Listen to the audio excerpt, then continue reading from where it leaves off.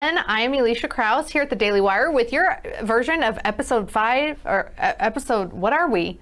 Are we episode 4 or 5? I don't know. Michael Knowles isn't here, so I've lost my mind, but it is my chance to finally have my own show. Just kidding. We really want a lot of user interaction today, so be sure to check out the Daily Wire over at Instagram. And I'm checking the comments right now on my laptop on my Facebook page. So you're watching this on the Daily Wire Facebook page or over at YouTube. Be sure to go to Instagram and Facebook because we have lots to cover today.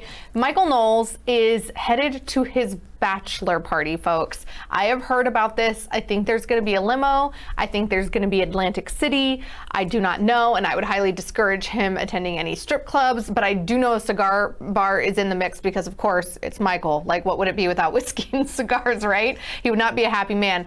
One of our own fellow talent members is going. I'll let you guess whether or not that's Ben Shapiro or Andrew Klavan. Obviously, I'm crying sexism because I was not invited, but I want to know everyone's crazy bachelor parties. We obviously have seen a lot of movies with craziness, whether it's bachelorette or bachelor parties, but I want to know real life bachelor parties. So send those in and we'll read them before we wrap this up. It's been a really big week. And the biggest news I think this week is that President Trump is not meeting with North Korea. Although today, after we got that news yesterday, in a letter that the president himself apparently dictated that it was the, letter heard round the world, and more appropriately, letter heard round the internet. And I totally believe that President Trump dictated this. He had a lot of Trump kind of quotes and moments that reminiscent of a lot of the campaign lingo that we would hear Hope Hicks pushing out back in 2016, like this quote, "I felt a wonderful dialogue was building up between you and me, and ultimately it is only that dialogue that matters." Maybe you guys could use that in a breakup with a girlfriend or boyfriend later today. I don't know, because it just sounds so cheesy, like a Lifetime movie. But today, when President Trump was actually headed to Annapolis, Maryland to give the commencement address at the Naval Academy, he told reporters before he hopped on Marine One that he thinks that the meeting might still happen and that it might still happen on June 12th. So this is fascinating news. Of course, the international community has really reacted negatively to this, but really, who cares what they have to think? Nancy Pelosi even said that this was a win for Kim Jong-un. I actually think, based on what the North has said, this could actually be a really good diplomatic win for Donald Trump, because North Korea responded in a much more tempered and moderate tone than people expected them to. They said, okay, we still hope that the meeting happens too. And I am no North Korean expert, although I have been reading up on this issue for a very long time. I've always been interested in the plight and the atrocities that the poor people and citizens of North Korea have been experiencing under the Kim regime for 70 plus years now. I do think that Moon's behavior in South Korea and his kind of coziness with the North for a very long time has concerned me, and I think it concerns other freedom lovers as well. In addition to that, I take everything, I'm sure like much of you do, that the mainstream media reacts to what President Trump says, specifically when it involves North Korea, with a very, very, very large grain of salt, like a biblical, sculpture level grain of salt, because look at how much they applauded the regime when Kim sent his murderous sister, down to Seoul for the Winter Games. And, the cheerleading squad was praised by the Today Show and NBC Nightly News and all this stuff. So I just think that maybe this is going to turn out and President Trump made a good move here when it comes to North Korea.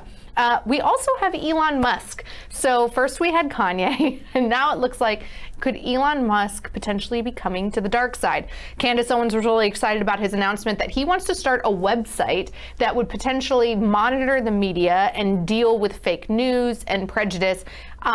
What's interesting about this is I wonder if this decision is helping his stock price and also his sales price, because, hey, isn't any earned media for a company like Tesla good media? And data shows actually that he has seen a bump in sales since his name has continued to be in the media so much. I think that people that are excited about Elon saying that he's going to monitor the media need to remember, I don't think he's really that conservative of a guy, guys. I mean, he's gotten tons of subsidies. He's buddies with the Obamas. Even though he went and participated in a meeting with Donald Trump, with those other tech leaders right after Trump was inaugurated, he hasn't really done anything to demonstrate that he's a small government, First Amendment loving guy. So it'll be interesting to see if he does indeed do this website. The media has really been lambasting him, so it's kind of fun to see their battle back and forth. But just because you lean on the right, don't expect that he is also going to be a right thinker just because he's unhappy with the media right now. So let's see if we have any Bachelor stories right now, because I really want to get to some, and I think it would be a lot of fun. Oh, hi. John says it's good to see me. Nice to see you too, John. Somebody says, who in the world are you? I told you, my name is Elisha Krause. I love it so much. Next week also, I really want to give Michael Knowles. So Knowles, his bachelor party is this week. Next weekend, he is getting married. And next Friday for our live, I think we need to give him a little bit of marriage advice. So this next week, send in your advice. The social media team and I will be mulling it all over and pulling some of the best tidbits. And we'll be offering Michael some marriage advice because I know that he's watching right now from New York. I'm not getting any good bachelor party stories. So we need to get some in right now. Matt, do you have any? So one time I heard about this guy that went to Vegas and then his friend married a stripper and then they woke up the next morning in a really messy hotel room and one of them was wearing a baby. Name the movie. Anyway. So somebody said, tell Michael to be careful at his bachelor party. I totally agree. And definitely they think that he's going to smoke way too many cigars. I'm sure there will be some illegal Cuban cigars in there, although are they not illegal anymore? Somebody else says, aloha from Hawaii. Be sure not to marry a Kardashian. Don't worry. Sweet little Lisa is a very smart anti-Kardashian type woman. Michael Knowles is marrying up, so that is not an issue at all.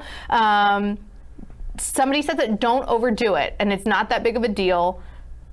Bill, sorry, I can't do dinner with you, so you need to tell me your story right now. I'm not going to do dinner with you to hear your bachelor stories. That's not going to happen. Anyway, so I think that people are saying be careful. Vegas could be lots of fun. Yes, Brett got that Hangover reference. I appreciate that I'm not the only one that has seen it in our audience. Anyway, send us your bachelor party stories or bachelorette. I mean, ladies can get down.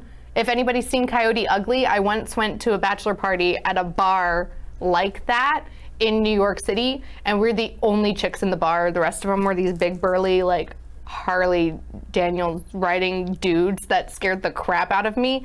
And you were supposed to leave an undergarment behind, but all of us were goody two-shoes and we did not do that. So I don't really have any fun bachelorette party stories. But anyway, thanks for watching this edition of Friday Live. It's been weird and fun and a crazy week.